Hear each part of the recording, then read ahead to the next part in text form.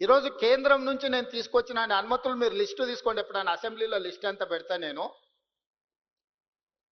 గతంలో పాలకులు కాళేశ్వరం కార్పొరేషన్ పేరు మీద 1 lakh crores ఆల్మోస్ట్ ఖర్చు పెట్టి దాంట్లో ఒక 70,000 కోట్లు మీరందరు వ్యాపారంలో ఉన్నారు కాబట్టి మీతో పంచుకుంటున్నా.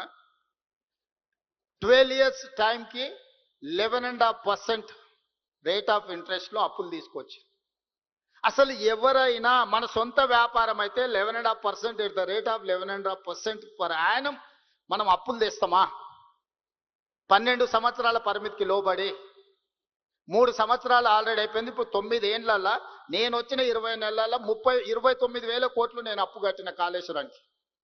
కాళేశ్వరంలో ఒక్క రూపాయి నేను ఖర్చు పెడితే నాకు 42 పైసలు రిటర్న్ వస్తుంది.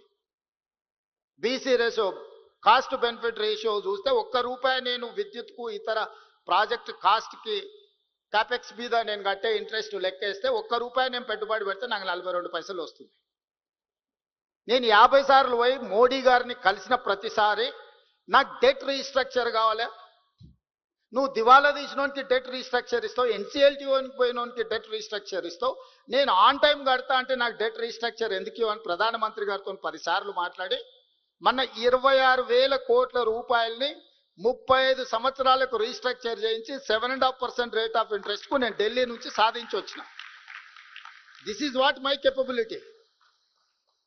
That is their capability at the cost of 11.5% interest and 12 years moratorium.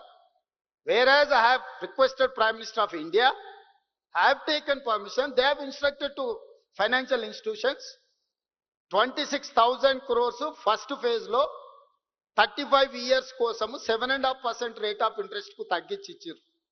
నాకు ఎంత ఆర్థిక వెసులుబాటు వచ్చింది? ఇది నా ఇంటికేం రాదే, రాష్ట్ర ప్రజలకు ప్రయోజనం. అట్లా 2 లక్షల కోట్ల గురించి నేను అడుగుతున్న కేంద్ర ప్రభుత్వాన్ని. 35-40 సంవత్సరాల పీరియడ్కు 7.5%కు తగ్గించండి. నాకు ఇది లయబిలిటీ అయిపోయింది, ఈ లయబిలిటీ నేను మొయ్యలేను, ఇది ప్రజల సొమ్ము, ప్రజలకు అన్యాయం చేస్తే కుదరదు అండ్ డెట్ రీస్ట్రక్చర్ కోసం నేను ప్రయత్నం చేస్తున్నా. మీరు వ్యాపారంలో మీకు బ్యాంకు లోన్లు, మిత్తిలు, మీ అప్పులు మీ నెత్తి మీద ఉంటే మీరు వ్యాపారంలో రాణించగలరా? మరి రాష్ట్రాన్ని వెల్ఫేర్ అండ్ డెవలప్మెంట్ స్టేట్ చేయాలంటే నాకు ఇవన్నీ చేయాల్సిన అవసరం ఉంది కదా.